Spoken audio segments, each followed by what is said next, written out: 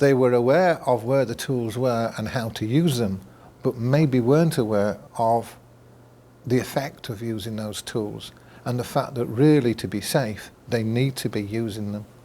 Group down there, what did you try and change? The date of birth and tried to hide the second name. Right, and how easy was it? It was very easy. Very easy.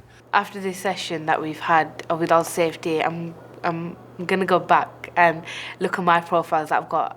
Think about twice as in what I want and what I don't want, and then change privacy and everything. Hands up if you've looked at your security settings recently on your own profile.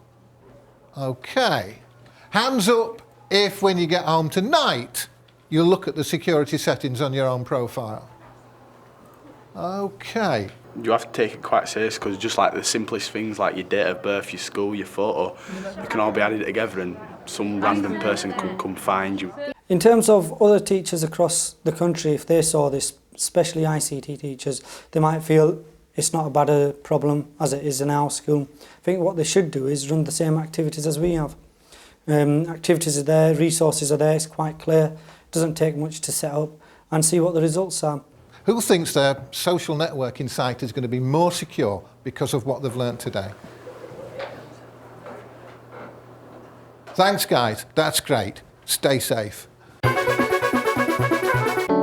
Online safety has been made a priority at Stocksbridge High School in Sheffield. It's one of the few schools in the country to appoint e-safety officers. David Kavanagh is one of two in the team.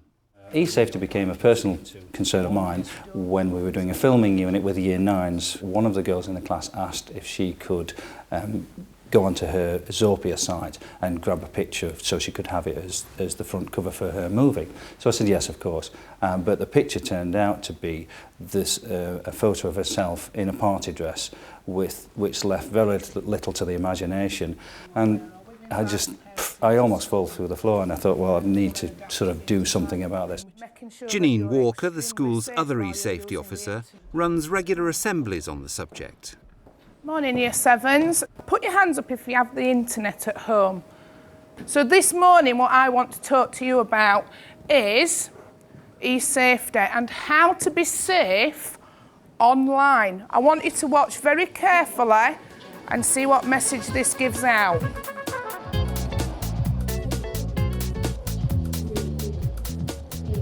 The Year 7s watch a video made by the Child Exploitation Online Protection Group showing how a young boy could be trapped online.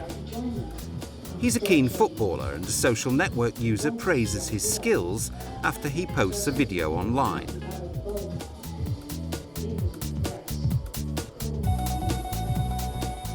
The boy is invited to come training. But the person he meets is not who he was expecting.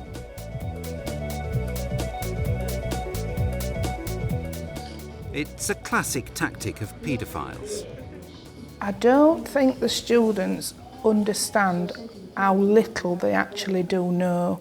And you see them when they've watched the video back or they've listened to the speech or the assembly, they sat there and you can hear a pin drop. Okay, put your hand up if you've learnt something from those videos. If you can take something away from 2 videos that you've just watched and make yourself a little bit safer at home and on the internet.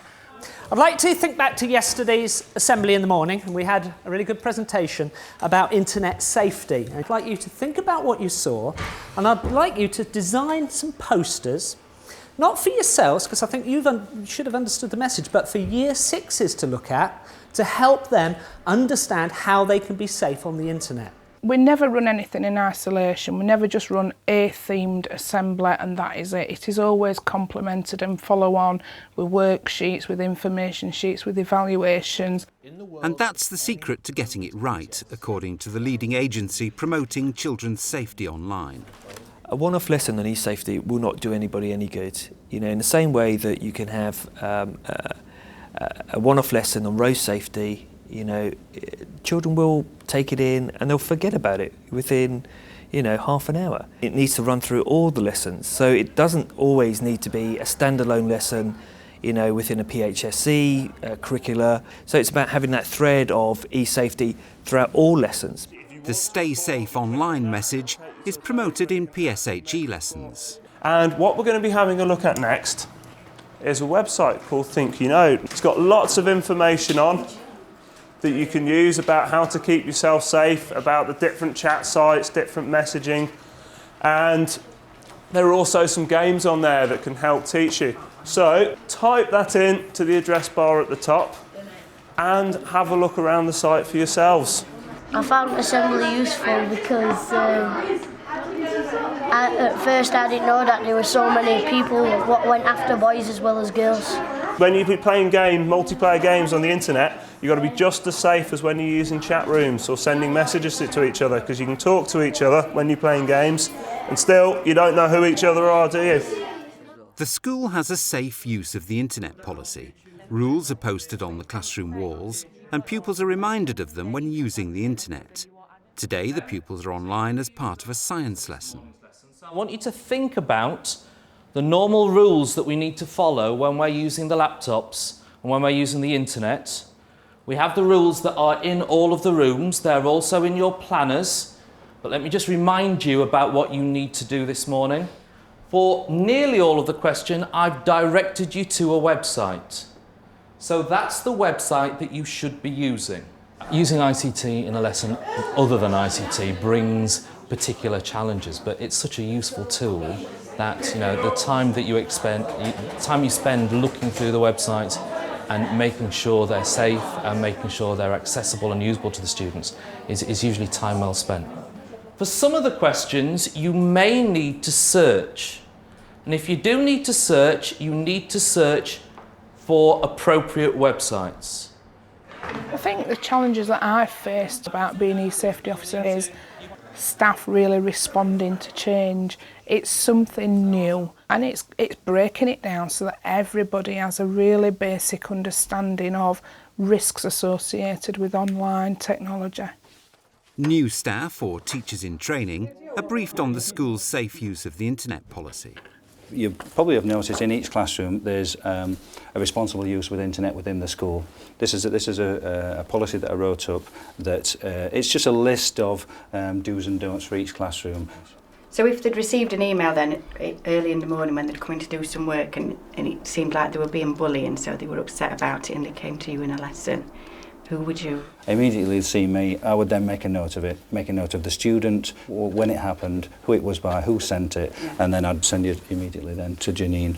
And the e-safety officers also act as a point of contact for pupils who may have suffered from bullying online. How are things? You know, I'm feeling a lot better because I know now it's all been sorted.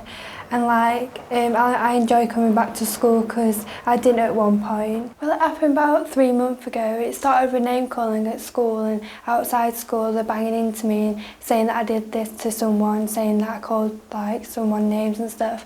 But then I went home and went on my website and then I'll leave nasty comments on my pictures or just leaving me comments in general, just being nasty for no apparent reason.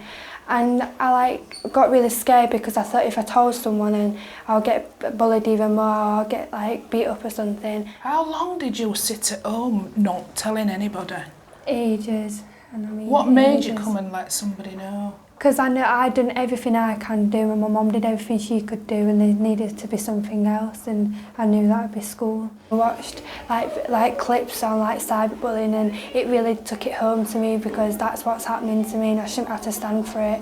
So then we got told about people we can go to and one person called Mrs Walker and she was head of bullying policy and so my head here, Mrs Staunton, I went to both of them and just sat them down and just talked to them and then they started giving me options what to do and if I didn't like it I was saying no I don't want to do that and then they totally understood and then they did it with me, I did what I wanted to do and they just backed me up 100%. But much of children's online lives are led at home or away from school. Stocksbridge High School's e-safety team recognise that part of their job is to educate parents. Some of the information that I'm going to give you tonight might be a little bit gut-wrenching. It's reality, it's real, it's out there, it's happening. I believe in telling everybody exactly what's out there and tell it how it should be told. It's no good fleeting round all the army. We've got to go straight down the middle and approach it.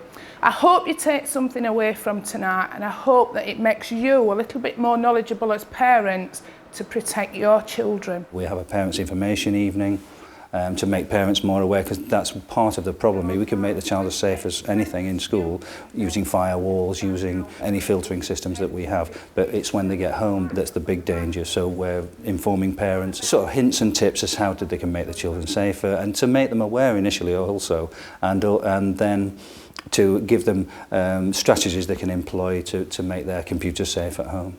Okay, our child exploitation and online protection police squad did a strategic overview in 2007 and found that 1 in 4 children that they surveyed had met up with an online stranger. Okay, I don't want you to panic. I don't want you to go home from tonight and cut up the internet wire. I don't want you to go and say, it's coming out, I'm logging us off, none of us is using it. It's a fantastic resource. It's just to make you more knowledgeable that these risks are out there. To be honest, it's a surprise because I work in IT. I'm quite leading edge IT in communication and using the internet, and I'm a very, very attentive and concerned and responsible parent of 3 young children, and so is my wife. So if I'm so clued up and so embroiled in all of that, how can I be so unaware of the risk that my children are in, and even not appreciating how well the school is handling it as well? So I'm really pleased that I came along, really relieved that that the school is ahead at this stage, and really I hope that more schools get clued up into the same kind of programme. And when it comes to these new digital waters, if a child falls into an area of the water that we maybe are not around to help pull them out at the time, let's make sure we teach them how to swim. And that's what e-safety is about. It's about a combination of proper, appropriate safety measures that fit the age and stage of development of the child, but also that child themselves can swim, that if, Lord forbid, something really bad happens, they're not going to drown. To help teachers with the complex area of safety online, the Child Exploitation and Online Protection Group has produced a number of useful resources. The teachers' resources we've developed with teachers themselves. So the lesson plans that go alongside the resources that you can access either through training or by downloading have been developed in conjunction with teachers themselves. So they should work in the classroom, and they should help you deliver the objectives you're trying to deliver through those lesson plans. So that's just a really important point. This is not just about us as law enforcement saying this is right and wrong. This is about us collaborating with children and young people and with teachers themselves to develop something that hopefully works for them. You can find links to the CEOPS resources and other useful sites by visiting the Teachers TV website.